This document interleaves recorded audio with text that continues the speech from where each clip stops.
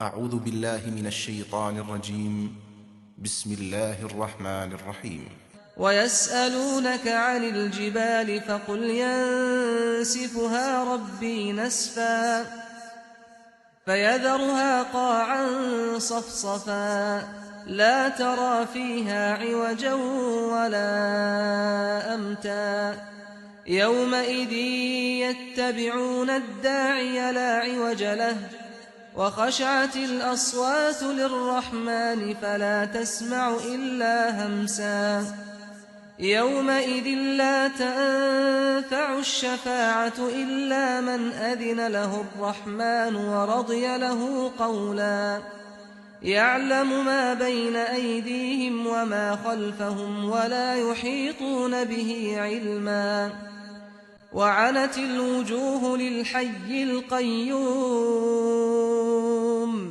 وقد خاب من حمل ظلما ومن يعمل من الصالحات وهو مؤمن فلا يخاف ظلما ولا هضما وہ تم سے پہاڑوں کے بارے میں پوچھتے ہیں کہ اس دن ان کا کیا بنے گا، تو کہو کہ میرا رب ان کو دھول بنا کر اڑا دے گا، پھر زمین کو چٹیل میدان بنا کر چھوڑ دے گا کہ تم اس میں کوئی موڑ اور کوئی ٹیلا نہ دیکھو گے۔ اس دن سب پکارنے والے کے پیچھے چل پڑیں گے، اس سے ذرا ادھر ادھر نہ ہو سکیں گے، اور تمام آوازیں خدائے رحمان کے آگے پست ہو جائیں گی۔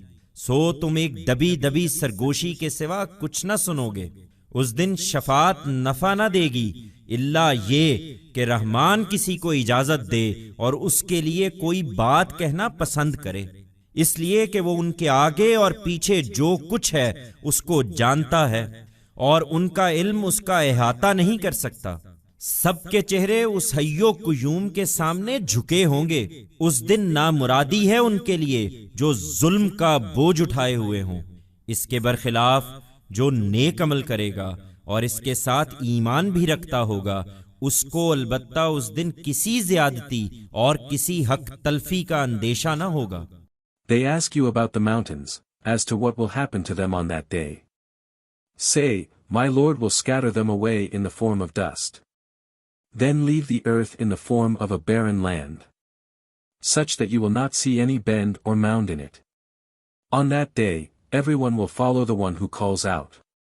They shall not the slightest deviate from him, and all voices shall be lowered before the most merciful God. So, you will only be able to hear a hushed whisper. On that day, intercession will be of no avail except if the merciful allows someone and approves of him to say something. This is because he knows whatever is in front of them and behind them, and their knowledge cannot grasp him. Everyone's faces will be bent down before that ever-living and ever-existing being. On that day, humiliation is for those who will be carrying the burden of oppression. Contrary to this, he who does righteous deeds, and with this also has faith, shall however not fear any injustice or wrong, on that day.